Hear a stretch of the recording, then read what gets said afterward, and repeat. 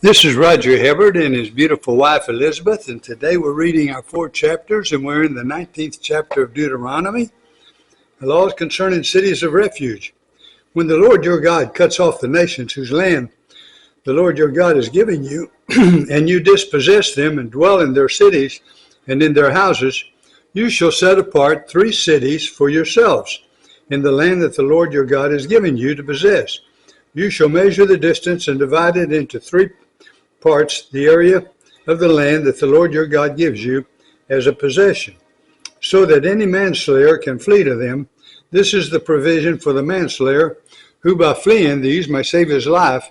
If anyone kills his neighbor unintentionally without having hated him in the past, as when someone goes into the forest with his neighbor to cut wood, and his hand swings the axe to cut down a tree, and the head slips from the handle and strikes his neighbor, so that he dies, he may flee to one of those cities and live, lest the avenger of blood in hot anger pursue the manslayer and overtake him, because the way is long, and strike him fatally, though the man did not deserve to die, since he had not hated his neighbor in the past. Therefore I command you, you shall set apart 3 cities, and if the Lord your God enlarges your territory as he has sworn to your fathers, and gives you all the land that he has promised to give to your fathers, provided you are careful to keep all this commandment, which I command you today, by loving the Lord your God, and by walking ever in his ways, then you shall add 3 other cities to these 3, lest innocent blood be shed in your land, that the Lord your God has given you for an inheritance, and so the guilt of blood be upon you. But if anyone hates his neighbor and lies in wait for him and attacks him and strikes him fatally, so that he dies and he flees into one of these cities, then the elders of his city shall send and take him from there and hand him over to the avenger of blood, so that he may die. Your eyes shall not pity him, but you shall purge the guilt of innocent blood from Israel, so that it may be well with you.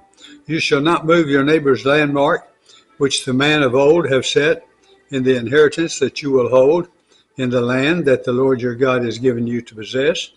A single witness shall not suffice against a person for any crime or for any wrong in connection with any offense that he has committed. Only on the evidence of 2 witnesses or of 3 witnesses shall a charge be established. If a malicious witness arises to accuse a petition of wrongdoing, then both parties to the dispute shall appear before the Lord, before the priests and the judges who are in the office in those days. The judges shall inquire diligently, and if the witness is a false witness and has accused his brother falsely, then you shall do to him as he meant to do to his brother. So you shall purge the evil from your midst, and the rest shall hear and fear, and shall never again commit any such evil among you. Your eye shall not pity, it shall not be life for life. It shall be life for life, eye for eye, tooth for tooth, hand for hand, foot for foot. Praise God for Jesus Christ. You know, he came that he might really manifest the true character of God. Thank God for Jesus Christ. That's all I can say. We can't live up to this old law, praise God, but at least we know how God hates sin by it, don't we? All right, now we go to Psalm 139. A psalm of David.